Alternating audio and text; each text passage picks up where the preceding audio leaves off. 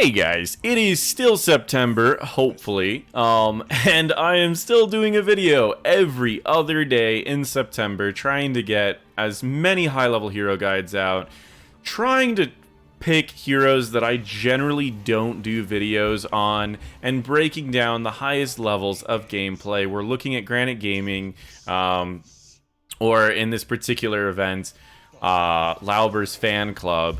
We're going to be looking at that, and we are going to be looking at Zeratul this game.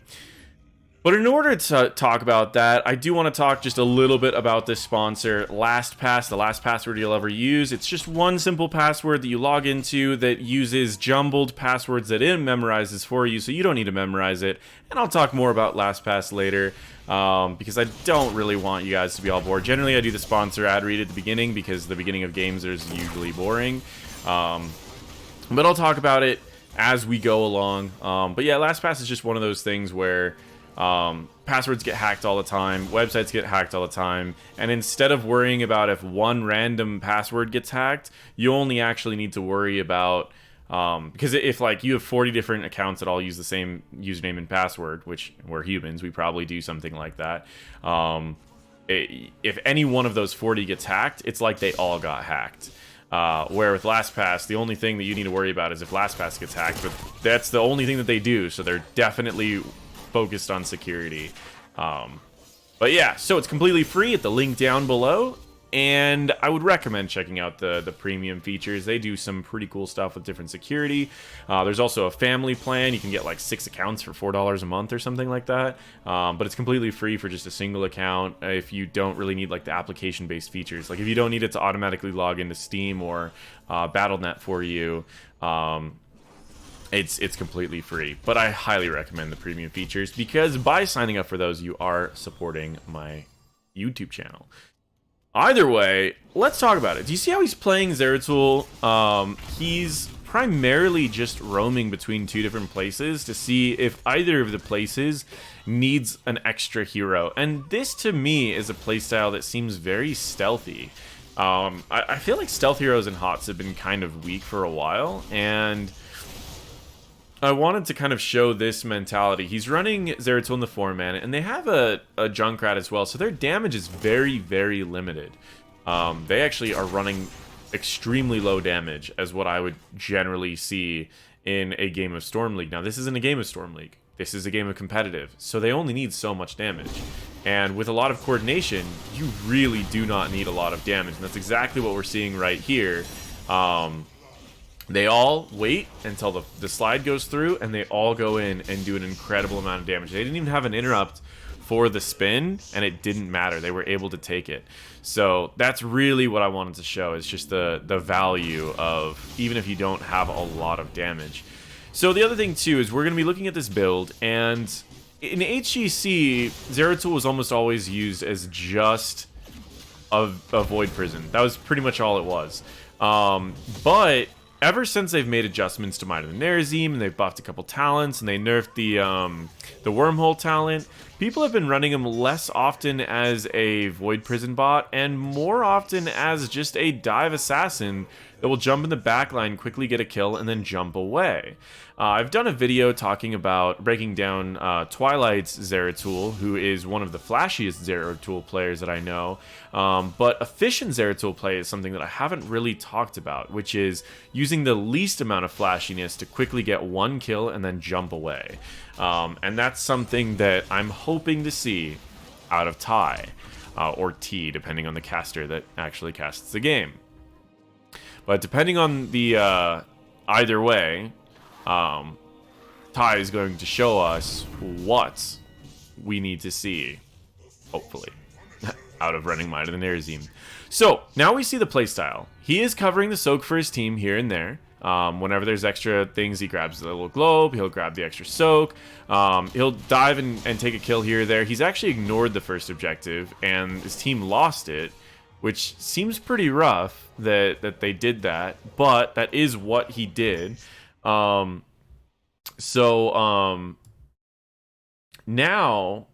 what he's doing is he's again just seeing. He's just watching. Is there anyone that's running alone? Is there anyone that's split from the team? Is there anyone that's doing anything like that that he can follow up and he can take out? Like, that's all he's really looking for right now, is to see if anyone's making a mistake, a big mistake.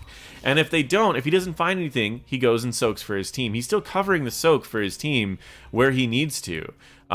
It's not much, but it's definitely more than some of the people that he's competing with, and it's just enough that he needs to do. And this is what I've been showing in almost all of these games, even in the highest levels of play.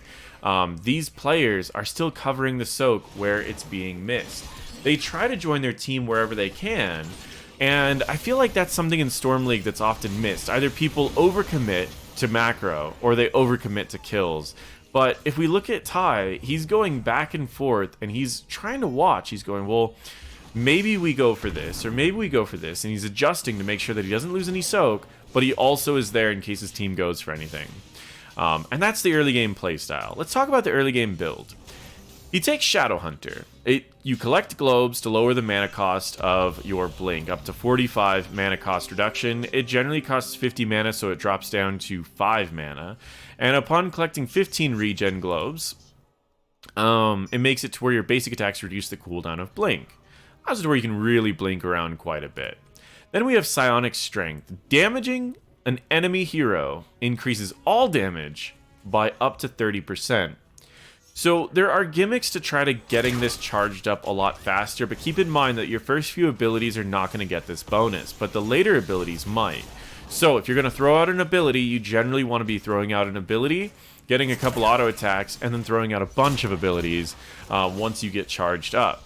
Remember, this is only to enemy heroes, so you can't just like auto attack minions to get charged up and then go in. So I'll talk about ways of how he ends up charging this up as we get along in this game.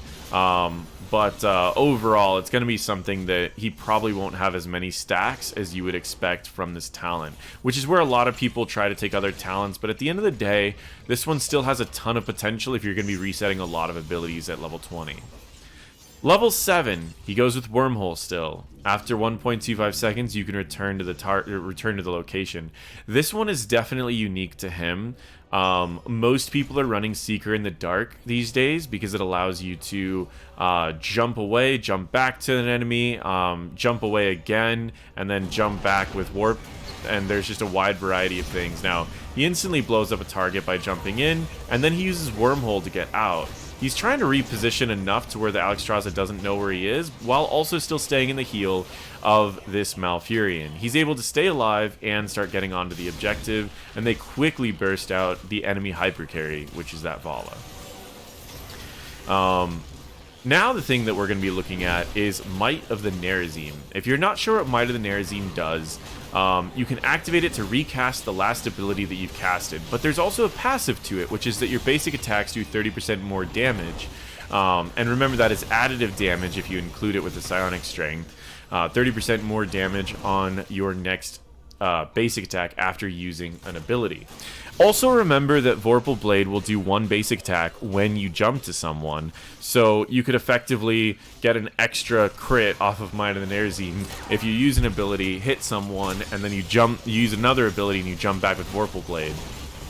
So with that being said, he goes in, he quickly tries to go for a kill, and then just hops back out. But he's actually a little weak right now. Now, I do want to point out one of the things that he does with Wormhole. Because there's a 1.25 second delay between the time that you jump and the time that you can return, he likes to jump a little bit before he's actually going to go into the fight. And then he walks in and he'll throw out a W and a Q, and then he'll jump back out. That little bit of timing and preparation before a fight is rather big, and in that case, he was able to take the last piece of the Arcane Punisher and still try to get a little bit of damage off on the enemies at the same time. This Punisher is not going to get them a lot of value, but it's also going to get them further into the game, and Zeratul scales really well the further you get into the game. So, his goal is to get as far into the game as possible. He ends up taking Mending Strikes here, and we can watch how he tries to do some damage to Sonya, but there's not really a world where he kills Sonya until level 20. His goal is really going to be following up his team, trying to force uneven fights, and seeing if he can blow up Vala whenever the fights start getting a little chaotic. So that's definitely going to be his goal. Now, he goes Mending Strikes for a few reasons, but the primary thing that we're probably going to be seeing from the Mending Strikes is that, remember, his Might of the Nerazim is going to do increased damage, basic attack damage, Psionic Strike's going to do a bunch of basic attack damage, so he can gain a lot of value from that, but most of the time, Mending Strikes is used just to heal yourself in between fights, as it's the most consistent method of healing yourself in between fights. So right here, the Entomb goes off, and he's tempted to just go jump in, but he also wants to just complete this as fast as possible. You see that generally, when he's doing camps, he's just doing cleave, and he's resetting his cleave with Might of the Nerazim. Where in team fights, he's often using his Might of the Nerazim for the blink. Now, once you hit level 20, you'll be using your Might of the Nerazim to reset all of your abilities at once, and that's where I get into the Twilight's play, where I would highly recommend checking out Twilight's video. In this case, he ends up going for Hoswabs, trying to take him out, missing the W, but even if he would have landed that W, he wouldn't have actually gone in on that target because he didn't have enough damage to kill Hoswabs. That's why he didn't really have to worry about that too much. He's trying to get some damage off on this this fountain, and so he ends up jumping in and using the wormhole to get back out afterwards. So he uses the jump and then the second jump from his E, and then wormhole to get back out. So he's very creative with his abilities. He's standing still, and if you're unsure on why he's standing still, stealth heroes in this game, if they stand still, they get a real stealth, where if you're moving around, you get a fake stealth. What that looks like, if you're curious, let me swap over to Thrall's viewpoint really quick. So you can see how he's moving around a little bit, and when let me see if he goes stealth again. You can see him right here in the stealth while he's moving around, but if he were to stand still, you would lose that ability to see him. He would actually just not appear in any form or fashion. So right here, he's doing a little bit of limit testing. He's seeing how much damage he can actually do to a Thrall if he were to jump on a Thrall using all of his abilities. And so he jumped on Thrall doing double cleave, and then, which I think the double singularity strike does a little bit more to single targets. Just 100 damage more, and he's getting an idea. And there is a way to limit test by doing the double cleave instead of the double singularity strike, because if you're only 100 damage from killing a target, then you know if you do the double singularity strike, you'll kill the target the next time. So it's a way of learning how much you can do to someone without giving that information over to the other person. And now we have Master Warpblade, and once again, this is a little bit more unique to Tai than it is to any other Zeratul player that we see in the meta right now. Generally, Zeratul players will take Sentence to Death, as it increases the damage dealt to the marked target, so you get to throw a W onto him, and then you do a full combo, and it does an incredible amount of damage. Where Void Prison, you're still running the Void Slash. Master Warpblade is unique. Every third consecutive basic attack against the same target deals a little bit more than double damage. This is definitely going to heal a little bit more with Mending Strike, and it is going to be a pretty good crit, but it's not as bursty. It's going to be a little tricky. I mean, you can definitely go into their backline, but they're not going to give you a lot of time to auto-attack. But what he does is, because he's using his teleport as his repeat most of the time, it makes it to where he still gains a lot of that value by jumping in and out. Do you see how he's using his teleport as his repeat? So he can get in and out of fights more often, and he's getting those extra crits, which is healing him more. And so he quickly kills the Vala, he kills the Alexstrasza, and then he quickly goes in and takes out the Thrall as well, focusing on auto attacks. He's not taking the auto attack speed because he's teleporting to get one or two auto attacks on. He's not trying to stand still and get auto attacks off. He's jumping in and out of the fight, focusing on auto attacks with Psionic Strength, as well as getting the value off of Wormhole, as well as getting the value off of Mending Strike, Warpblade, as well as Might of the Nerazim. So he's able to dive in the backline and out-heal the damage of one or two people, and if a bunch of people target him, he hops around the fight, and he's almost impossible to kill. In this case, he also solos a camp very quickly in the same lane that the objective is pushing. So where his team was rather even up until that fight, now he's going to absolutely dominate with the amount of pressure that he can apply. And he's going to be extremely effective doing exactly what he just did. Teleporting around their backline and auto-attacking the same target consecutively. So he's breaking the sidewall so that he can kind of make his way in. And now, I mean, he can break the turret if he wants to. And he's just going to mount up. And I thought he was going to mount up. But either way, he's just getting value. 1 attack, 2 attacks, jumps away, but he has the Vorpal Blade on him, so if he wants to go back in, he can. If not, he just waits until Blink's back up, because the more auto attacks he uses, the lower cooldown his Blink goes.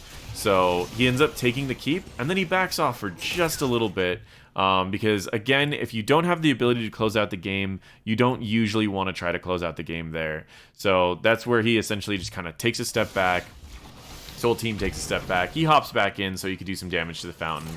But again, he can take this Thrall in a 1v1. It's just that if he wants to deal with anyone else being there, he doesn't really want to deal with it. So he ends up jumping away, and he takes Twilight Falls. MotN resets the cooldown of all of your basic abilities. Now he has the time or the ability to 100-0 someone in burst, just like that. Now he did have help on that one, but it was also a tank. So this is something that you can definitely do. He waits for the spin to end, decides that he doesn't actually want to go in, and now he's looking at Vala. He goes into Vala, gets 1 auto attack, allowing him to Vorpal Blade back to her, but he gets rooted, so he doesn't end up Vorpal Blading back. Some other talents that have some potential, since they just buffed Nexus Blades once again.